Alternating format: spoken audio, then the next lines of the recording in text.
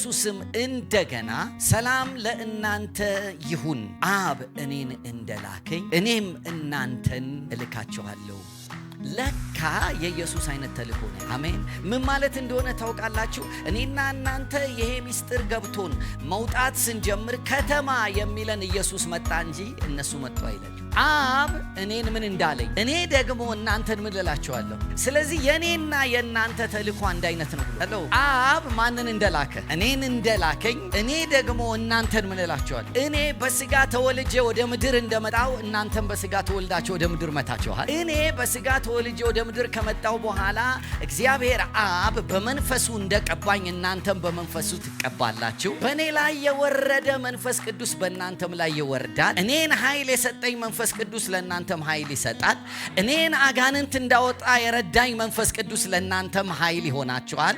እኔ እንድፈውስ የረዳኝ መንፈስ ቅዱስ እናንተም እንድትፈውሱ እኔን ያገዘኝ መንፈስ ቅዱስ እናንተንም። ስለዚህ አብ እኔን እንደላከኝ እኔ እናንተን ደግሞ ምን እላችኋለሁ። ስለዚህ እናንተ እኔ ከተማ ስገባ ልክ ከተማ እንደሚናወጥ እናንተም ከተማ ስትገቡ ሊናወጥ ነው። እኔ ከተማ ስገባ ከተማ በሙሉ ወጥቶ አሁን የምናምነው ስለሷ ሳይሆን ስለ ቃልህ ነው፣ አንተ የዓለም መድኃኒት ነህ እንዳሉ እናንተም ስትገቡ እኔን መግለጥ ትጀምራላችሁ። የኔና የእናንተ ተልእኮ አይለያይም ነው ያለ። አጠገባችሁ ያለውን ሰው ሰማይ ሲያይህ በሉት ኢየሱስን እንደሚያይ ነው የሚያይ። ኢየሱስ ገባ ነው የሚለው። ከተማ ውስጥ ኢየሱስ ገባ ነው የሚለው። ምክንያቱም ለአለቆችና ለስልጣናት ራስ በሆነው በእርሱ ሆናችሁ ምን ብላችኋል? ተሞልታችኋል ብለው። ሚሽን በዚህ መልክ ሊገባን ይገባል። መሄድ በዚህ መልክ ሊገባን ይገባል። እኔ ስሄድ የሚሄደው አብሮ ኢየሱስ ነው። ልታስቡ ፈልጋለሁ። እነዚህን ሰዎች ኢየሱስ ክርስቶስ አብ እኔን እንደላከኝ እኔ እናንተን እልካቸዋለሁ ሲላቸው እነዚህ ሰዎች ፈርተው የተቀመጡ ሰዎች ናቸው። ደንግጠው የነበሩ ሰዎች ናቸው።